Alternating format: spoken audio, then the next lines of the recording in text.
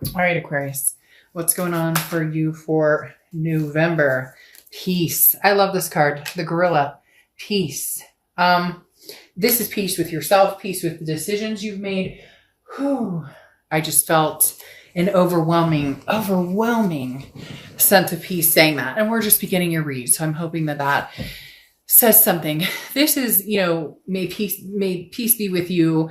If you're, disconnected from somebody that you've cared about, if you are, reconnecting with somebody from the past. I don't know why, but they are stating that this is a past type energy. However, it doesn't have to be. This could just be making peace with the past and then moving forward. But I love this for you starting out because, like I said, the peace card talks about being in a position of strength, not weakness, choosing peace rather than war. Okay, so this is talking about showing compassion and kindness in situations or with people that maybe you don't feel like being compassionate with. Maybe you're exhausted with the situation. Maybe you just want peace in your own mental clarity, physical clarity. You get my point. And the universe is saying, okay, peace be with you, opening up here with your first card of the night.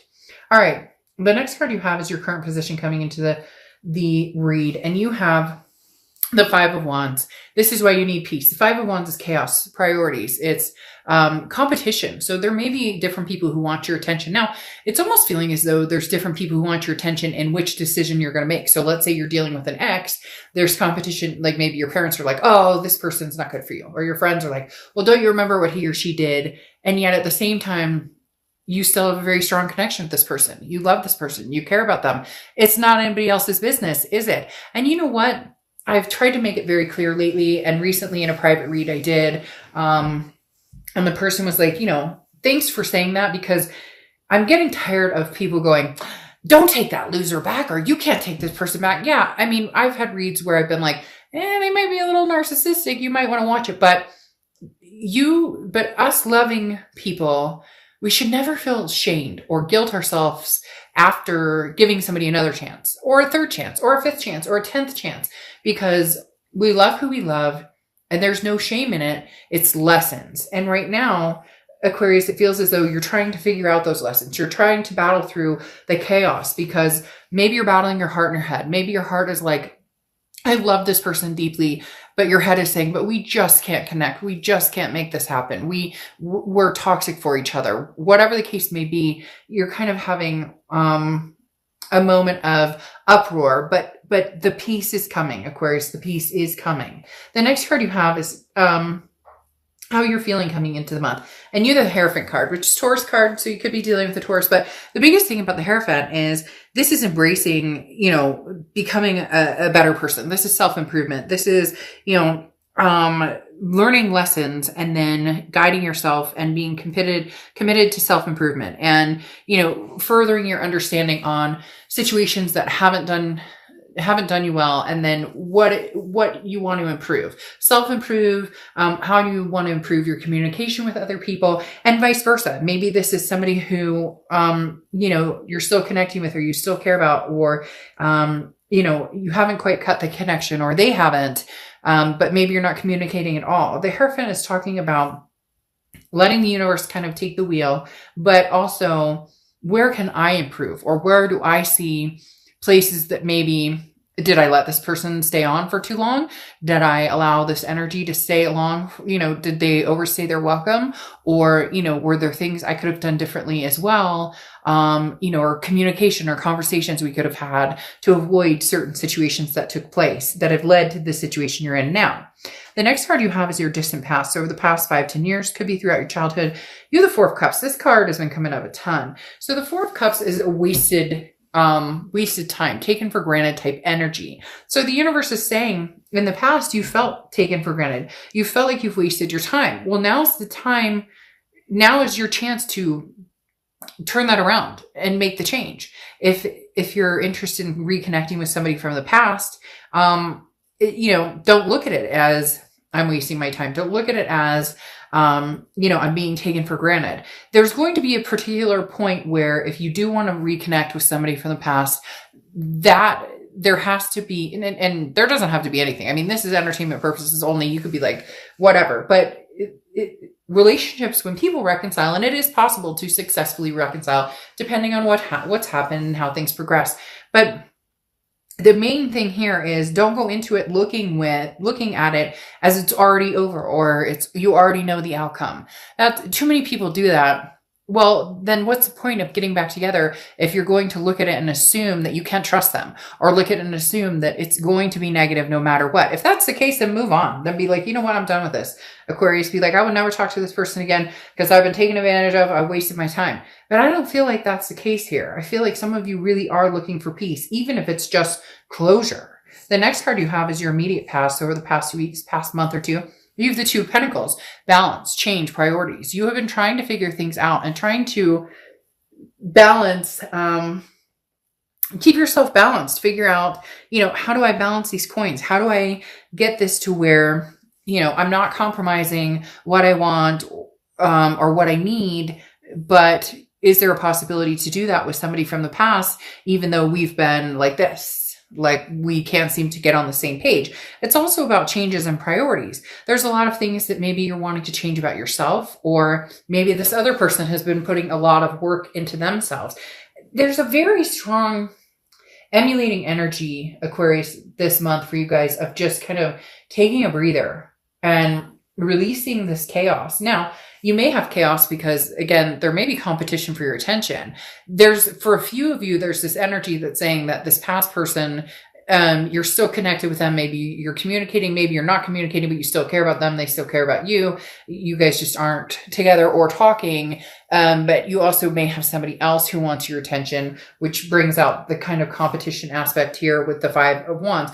Also could very much be the strain of this breakup, or the strain of this past energy and everything else you're dealing with. You have kids to take care of, and work, and fur babies, and whatever you have going on. And you're kind of like, how do I, get all of this to come together? You've been managing to keep yourself grounded, or keep yourself somewhat balanced. But coming into this month, something's shaking it up. I don't know if this person has recently contacted you. There's something that's shaking up a place of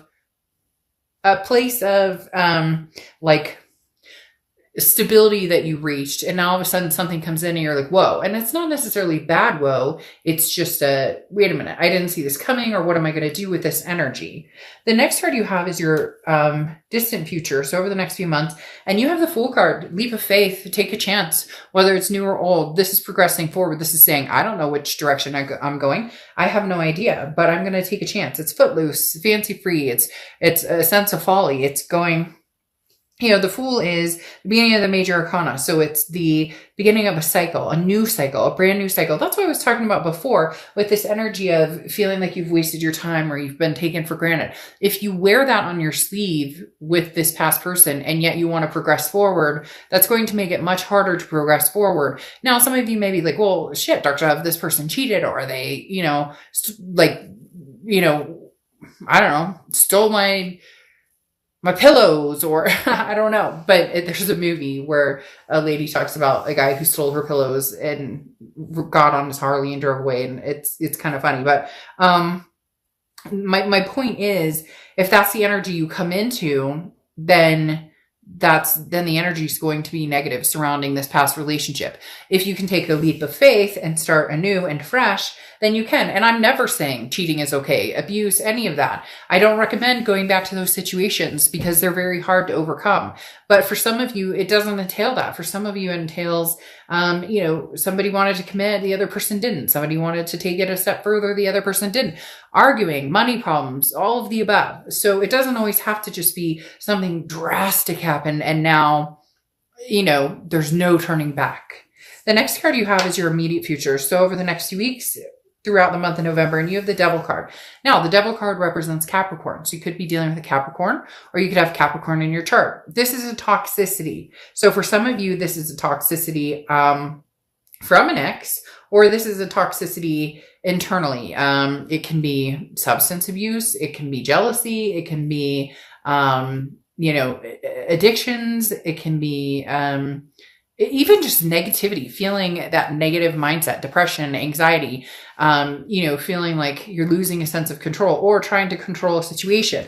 But the Devil card here doesn't really make me uncomfortable for some reason. Usually it's kind of like, all right, well, be careful. This person's kind of toxic. Now, for some of you, they are toxic, but for some of you, this toxicity is a lesson that you learned from, and they're coming back in. And I feel as though you're assuming again that it's automatically going to be terrible, this terrible experience, that there's no, wait, so here's something strange.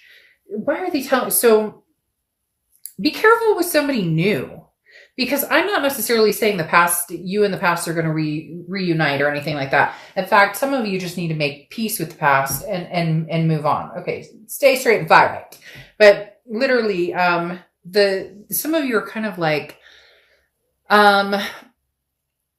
you're not sure what to do with the past, but then there's somebody new coming in, or somebody, just be careful. And it could be a friend, it could be a family member. Be careful with something new. It could be work. It could be a coworker. This feels like something new kind of sneaking in that may not have your best interest at heart either. Like somebody's kind of like, hey, Aquarius, I care about you and I really want to get to know you, but there's something about this particular person or situation I'm not necessarily trusting. And I don't feel like this is the past person, because I don't necessarily feel like the past person has entered back in, or that you guys are communicating.